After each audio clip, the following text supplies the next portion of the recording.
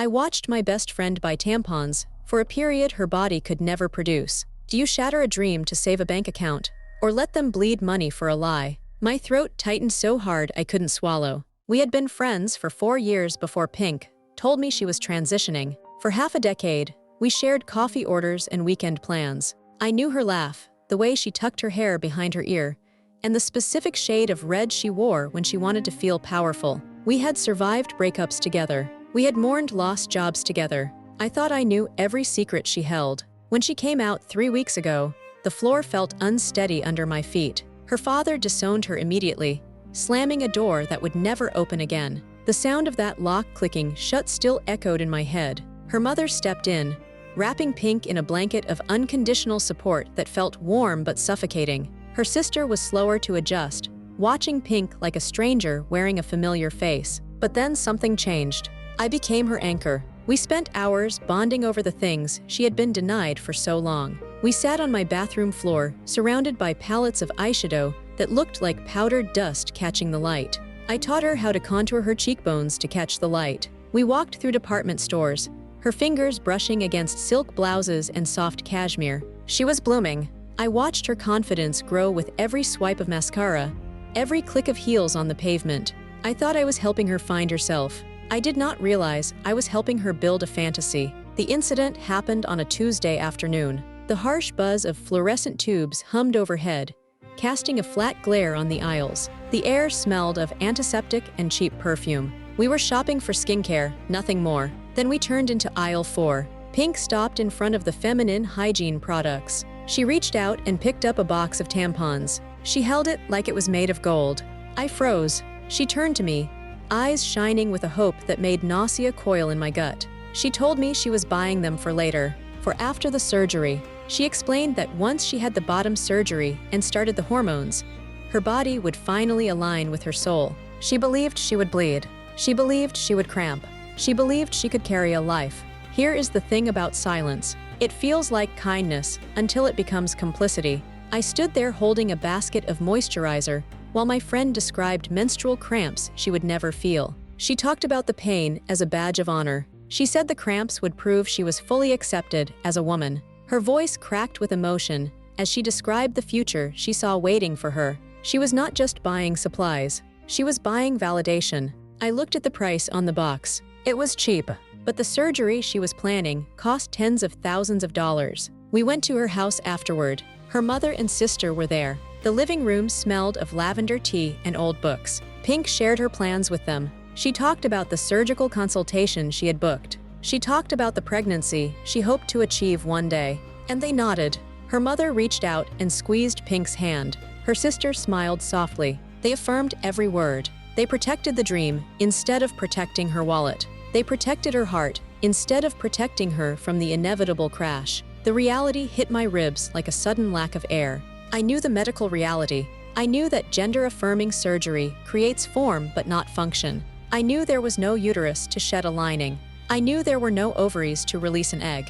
I knew that no amount of hormones could conjure a cycle that biology had not designed for her body. I sat on that couch and listened to them plan a future that was biologically impossible. I watched Pink spend her life savings on a procedure that would not give her what she wanted most. The clock on the wall ticked loudly. Each second was money leaving her account. But then something changed.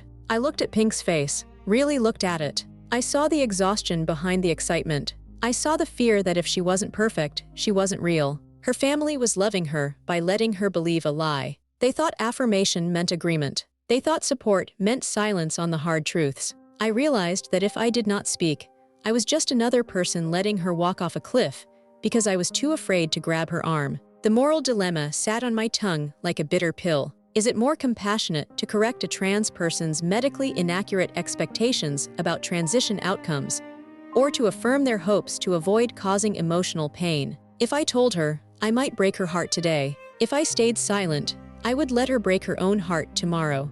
I thought about the money. I thought about the recovery time.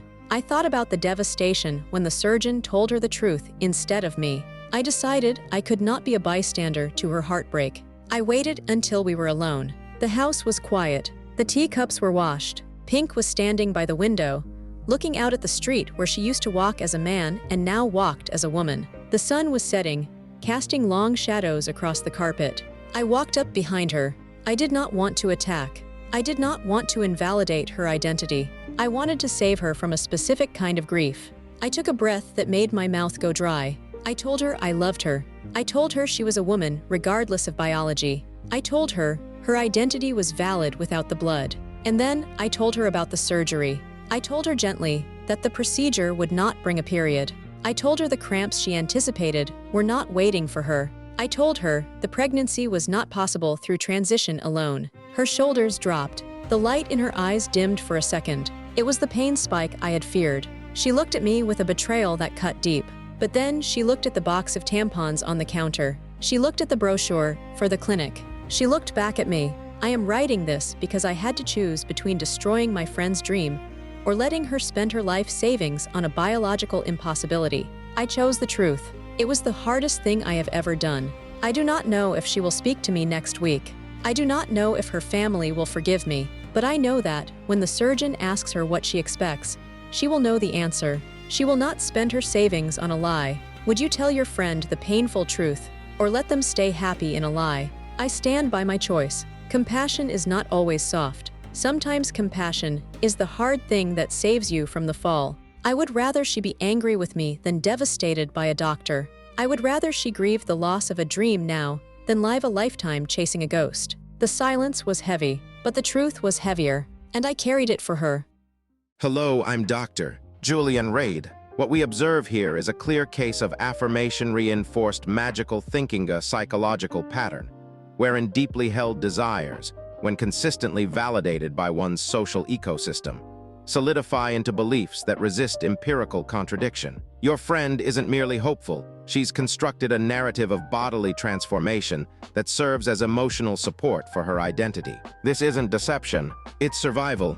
The anticipation of menstrual cramps, the purchase of tampons as talismans of future womanhood. These acts aren't irrational in the context of profound gender dysphoria. They're symbolic rehearsals for a self that has been denied, longed for, and now finally feels within reach. When her mother and sister affirm this vision, they aren't lying out of malice. They're offering the only currency they believe matters: unconditional acceptance. But acceptance, however well-intentioned, cannot rewrite anatomy. Your discomfort is not only valid, it's clinically significant. You're experiencing what I call compassionate cognitive dissonance, the tension between protecting someone you care about and honoring the truth that might ultimately protect them more. You've supported her through makeup tutorials and fashion explorations, not because you're invested in performance, but because you recognize the joy those moments bring.